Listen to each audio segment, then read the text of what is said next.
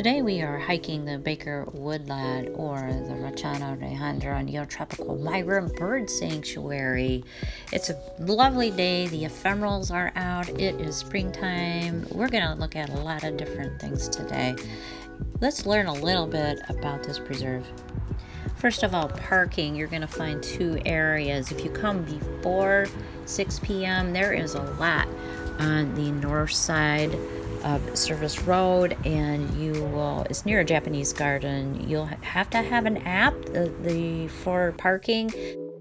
The other option is to wait until 6 p.m. and park on the side street off of Bogue. That's on the east side of the lot. Or you could also park in the lot near the Japanese garden. Parking is free after 6 p.m. Watch out for game days. Game traffic will change all those rules. We try and avoid it during that time. This is the entrance on the east side. There is the Bot building and Life Science there at Bogue Street. A lot of people just pull up and park there.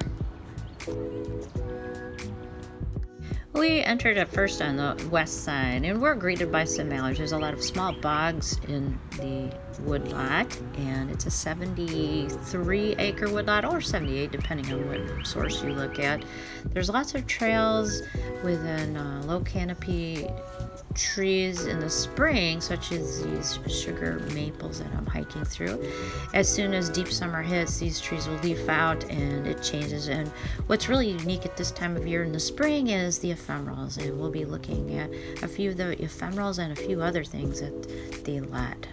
In 1894, the State Board of Agriculture reserved this lot, and the main focus was lumber research.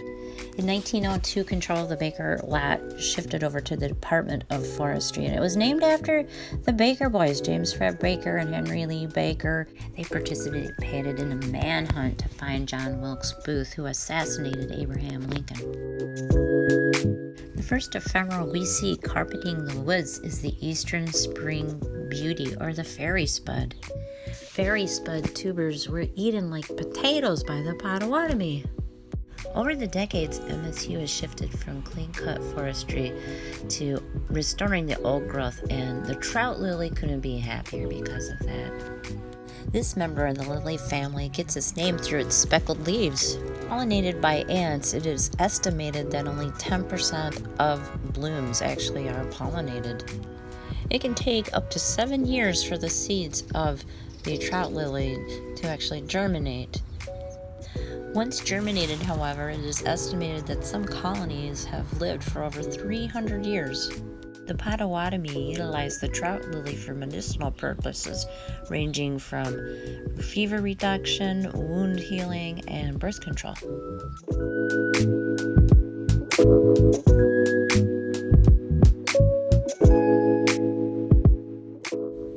We are looking at black gnat, which is a fungus that's spread on the air. It infects young green leaves and injured trees, and it only does this to these prune and cherry type trees. The cut-leaf toothwort blankets the forest floors. It will only last 3 or 4 days. It's an amazingly short-lived flower, which means it's an ephemeral.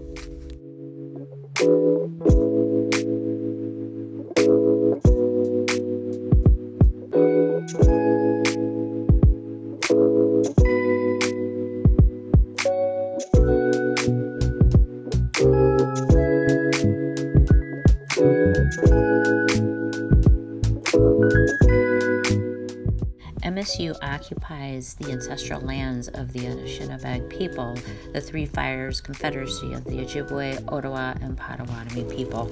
In 1819, the Treaty of Saginaw forced the removal of the Anishinaabe people. In 1855, MSU was founded, and it was mostly woodlands. Dense woodlands formed most of the campus. Look at those massive logs used for research. Each growth ring is exceptional, and this is an old log. Early Meru. This is an unusual plant as there is either a male plant or a female plant. The male plants shoot up yellow stamens and the female plants shoot up pistils.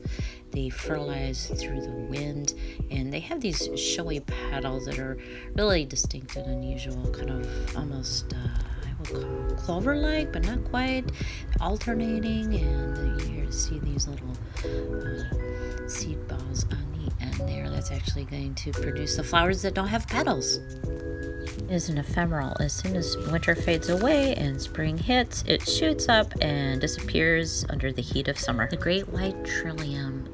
Just look at how gorgeous these are. They're members of the lily family, and you'll find them in the spring as soon as the temps warm and we get this beautiful sunlight.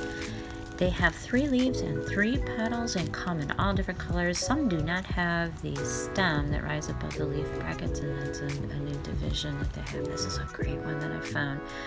They're just showy. Don't dig these up and plant them. They were depleted many years ago. Find a native plant nursery instead if you do wish to put them in your garden. This one has a gorgeous pink tint. They also come in different colors in different areas. Our indigenous people use this. They called it birthwort and Indian balm because of its properties as a coagulant and uterine stimulant. The jack in the pulpit from the family Araceae. This is an unusual plant in that it often lives up to 25 or more years, and it produces these showy red berries that are loved by little animals, 1 to 5 seeds, and you can plant those and watch them grow. A woodland plant that loves cooler soils and temperatures, and you'll see it bloom in the springtime.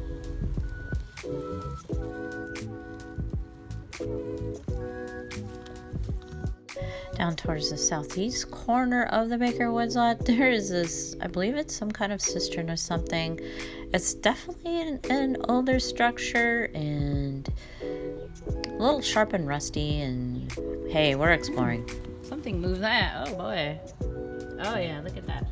Ooh. I bet that's a snake fest in the summer. The beech tree, identified by the smooth gray bark.